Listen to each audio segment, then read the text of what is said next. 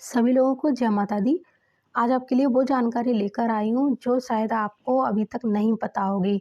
बहुत सारे घर ऐसे होते हैं जो वास्तु के अनुसार नहीं भी बने होते, लेकिन उनमें वास्तु दोष बहुत ज़्यादा नहीं होता है और वो इतना नुकसान भी नहीं पहुँचाते, लेकिन हमारी कुछ गलतियों के कारण उनमें वास्तु दोष उत्पन्न हो जाता है।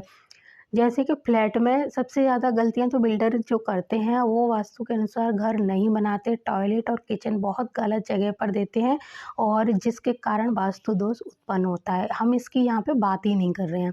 हम बात कर रहे हैं जो गलतियाँ हम करते हैं। पहली क्या होती है, हम लोग जब फ्लैट बन रहा होता है या फिर हम घर बनवा रहे होते हैं, तो घर के जो मुख्य द्वार है उस पे दहलीज लकड़ी की जो पहले चौखट लगती थी, वो अब इन घरों में नहीं लगती है। ठीक है? अगर लगती भी है तो पूरी चौखट नहीं होती है, 3 ही एंगल उसके लगते हैं। नीचे जो दहलीज है वो सीमेंट की बनाई जाती है, जो अपने आप में सबसे बड़ा वास्तु दोष है। अगर आप घर के मुख्य द्वार की जो दहलीज है पूरी, जो मेन गेट पे जो नीचे होती है जहाँ हम घर के अंदर एंट्री करते हैं, तो आजकल वो सीमेंट की बनने लगी है या बिल्कुल फ्लैट है। वहाँ पर पुराने समय के आप अगर मकान देखोगे गाँव में जाकर, तो आज भी इतनी ऊँची चौखट होती है, उसको लांघ कर ही अंदर आया जाता है। तो ऐसा कहा जाता है जो चौखट है वो जितनी भी नकारात्मक ऊर्जा है उसको घर में अंदर नहीं आने देती थी और नहीं आने देती है आज भी अगर लोग इसको बनाते हैं तो आपका कम से कम 25% वास्तु दोष इस चौखट के ना होने से होता है और इस चौखट के होने से ये इतना दोष कम हो जाता है। तो घर के मुख्य द्वार पर लकड़ी की चौखट अवश्य होनी चाहिए। जो दरवाज़ा हो, लकड़ी का मुख्य द्वार होना चाहिए। घर का जो मुख्य द्वार है वो लकड़ी का ही हो, तो बहुत ही ज़्यादा शुभ होता है। एक वास्तु दोष तब लगता है जब हम घर का मुख्य द्वार लोहे का बनाते हैं। शनि की बहुत ज़्यादा वस्तुएं हम अपने घर में इस्तेमाल करते हैं, चाहे हमारे घर का मुख्य द्वार किसी भी अच्छी दिशा में हो या बुरी दिशा में हो।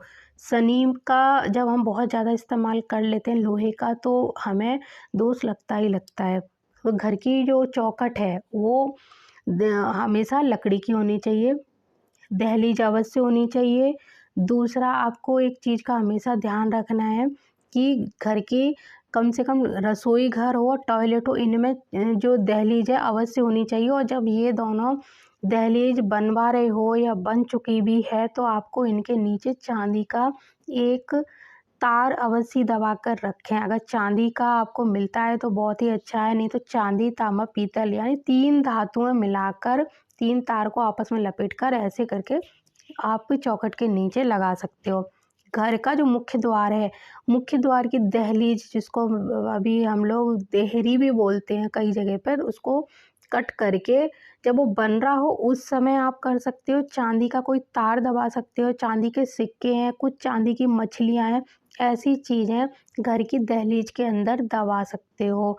और घर बन भी गया है तब भी उसके बाद थोड़ा-सा कटवा कर आप बना सकते हो।